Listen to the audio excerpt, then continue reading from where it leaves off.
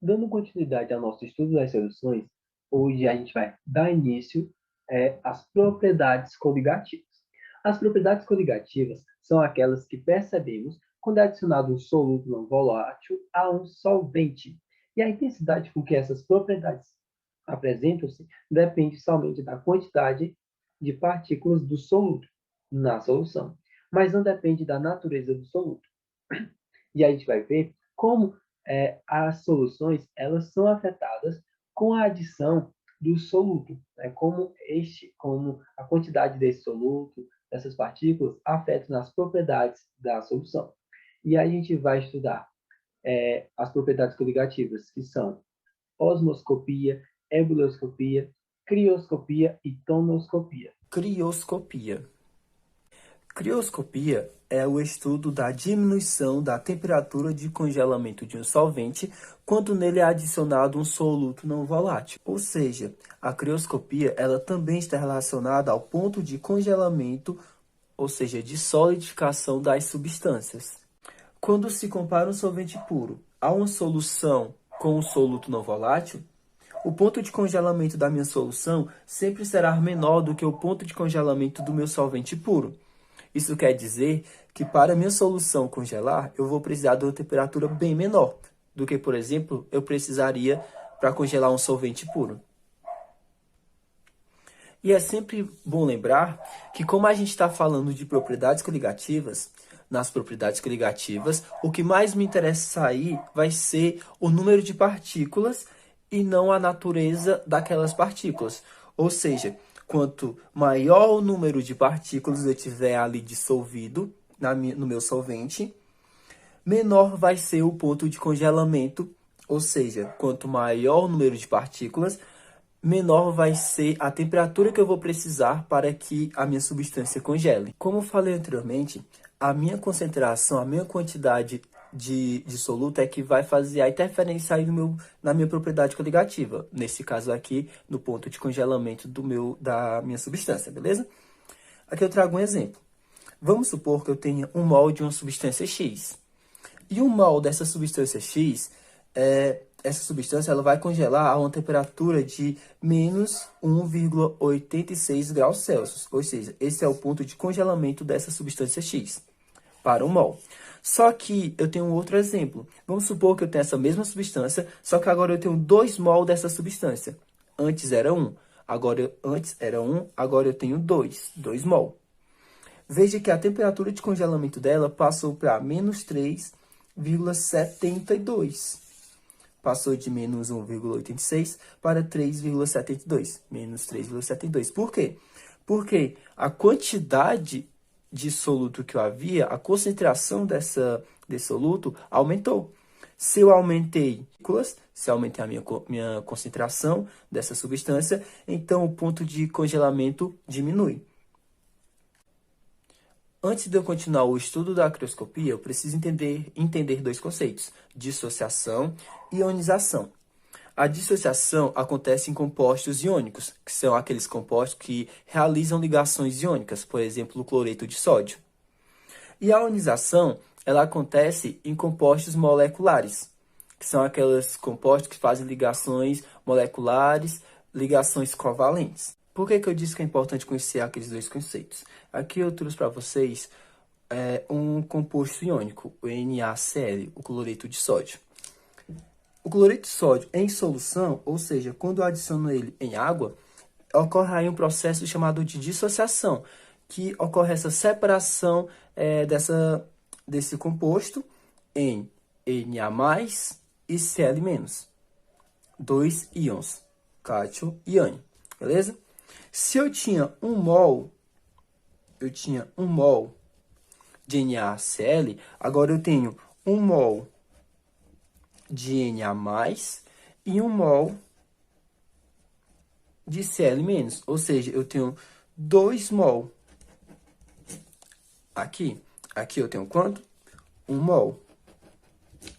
No início, 1 mol de NaCl, mas agora eu tenho 1 mol de Na+, e 1 mol de Cl-, ou seja, no total eu tenho 2 mol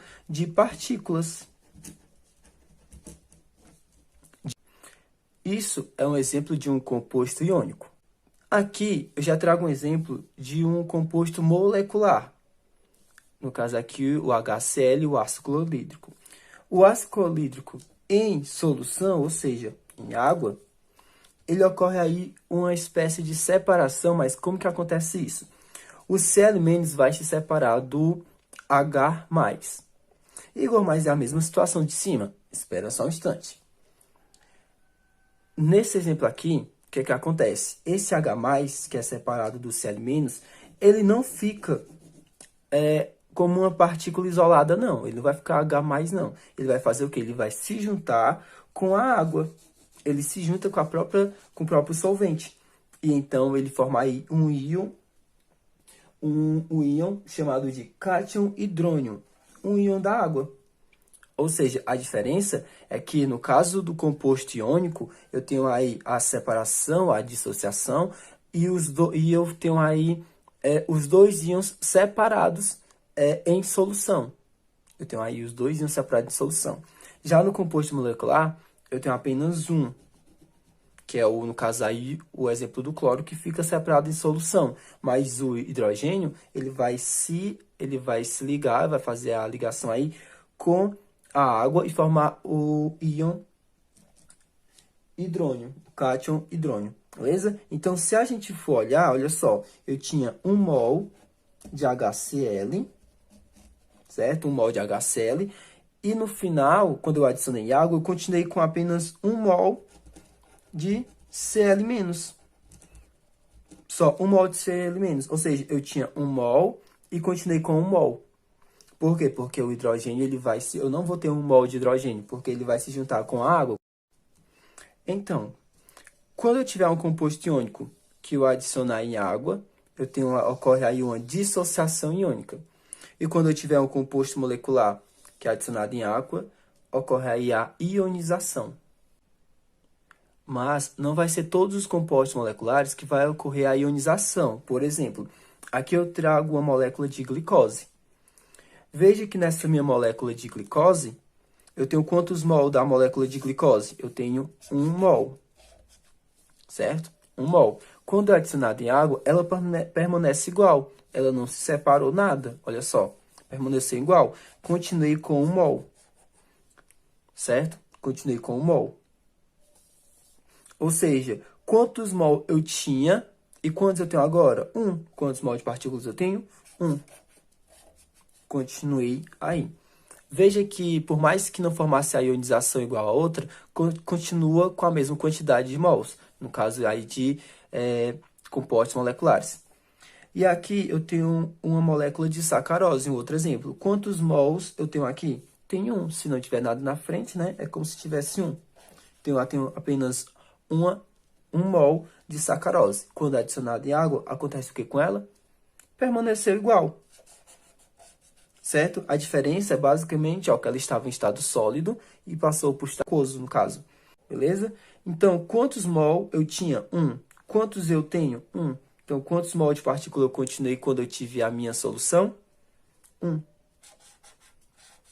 Então, em solução, compostos moleculares permanece a mesma quantidade, beleza? Não altera a quantidade, não. Agora, em compostos iônicos, veja só o que acontece. Eu tenho novamente o exemplo aí do cloreto de sódio, composto iônico. Quantos mol de cloreto de sódio eu tenho? Se não tem nada na frente, é como se eu tivesse 1, correto? 1 mol. Eu adicionei em água, certo? Criei uma solução. O que aconteceu? Olha só. Eu tenho 1 mol de Na+, um cátion, no estado aquoso, mais Cl- aquoso também. Quantos mol de Cl-? 1. Então, eu tinha 1 mol de NaCl. Agora, quantos mols eu tenho de partículas na minha solução? 1, 2, 2 mol de partículas. Veja esse exemplo aqui, Veja esse outro exemplo aqui. Eu tenho quantos mol dessa substância? Se não tem nada na frente, é como se eu tivesse 1. Certo? Coloquei com água, certo? Ele estava em estado sólido, coloquei com água, adicionei água. Agora eu tenho uma solução. Quantos mols eu tenho de cátion de cálcio.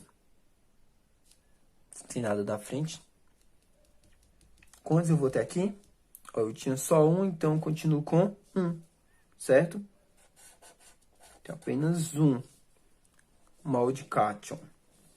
E quantos mols desse aqui eu tenho? Desse ânion aqui eu tenho? Olha, eu tinha 2, né? Então, 2. Então, eu tenho 2. Ele se dissociou. Veja só. Ele se dissociou. Ocorreu a separação dessa molécula em um cátion e 2 mol de ânion. Beleza? Então, eu tinha 1 mol. Agora, quantos mol de partículas eu tenho? Ó, 1 mais 2. 3. Beleza? A nossa segunda propriedade coligativa de hoje vai ser a osmometria. Mas antes da gente falar exatamente o que é essa osmometria, é importante que a gente saiba o que significa osmose. Osmose é um fenômeno que ocorre quando um solvente passa através de uma membrana semipermeável em sentido de uma solução menos concentrada para uma solução mais concentrada. Deste modo, aqui eu tenho um sistema em que, de um lado, eu tenho aqui o meu solvente, certo? Só o solvente, no caso a água. E do outro, eu tenho um pouco de água com a concentração do meu soluto. Veja que essas bolinhas rosas significam o meu soluto. Então, esse lado que tem o soluto, ele está mais concentrado que esse lado que tem só água. Então, o que seria a osmose? A osmose seria a passagem desse solvente por essa membrana semipermeável. Seria a passagem desse solvente por essa membrana semipermeável para o lado mais concentrado. De modo que aqui eu trago o mesmo sistema, certo? Depois que a osmose acontece. Veja que parte do meu solvente, da água que estava desse lado aqui, ela passou para o lado mais concentrado, para o lado que tem mais soluto. Beleza? É importante lembrar que essa osmose, por que essa osmose? Ela se trata de uma propriedade coligativa, porque, novamente, a propriedade coligativa, ela não depende da natureza química do meu soluto, mas apenas da quantidade de soluto, da quantidade de partículas, que foi o que eu vi aqui. Deste modo, a osmometria, ela trata-se do aumento da pressão osmótica devido à adição de um soluto não volátil ao meu solvente. E o que viria a ser essa pressão osmótica? O que viria a ser essa pressão osmótica? A pressão osmótica é a pressão que deve ser aplicada a uma solução para impedir a passagem do solvente através dessa membrana, como mostrado nessa imagem aqui. Veja só, aqui eu tenho o mesmo sistema que visto anteriormente. Eu tenho um lado menos concentrado, certo? E tenho um lado mais concentrado. Então, o solvente ele iria passar do lado menos concentrado para o lado mais concentrado. Nesse sentido. Então, o que seria a pressão osmótica? Seria a pressão exercida no meu sistema mais concentrado, de modo que o meu solvente ele não consiga passar, certo? Pela membrana semipermeável. Aqui eu tenho uma pressão e aqui eu também tenho uma pressão. Então, a pressão osmótica seria essa pressão adicional aplicada ao meu sistema, de modo que essa pressão seja superior a esta. Então, logo, essa pressão adicional vai fazer com que impeça a passagem desse solvente pela membrana semipermeável.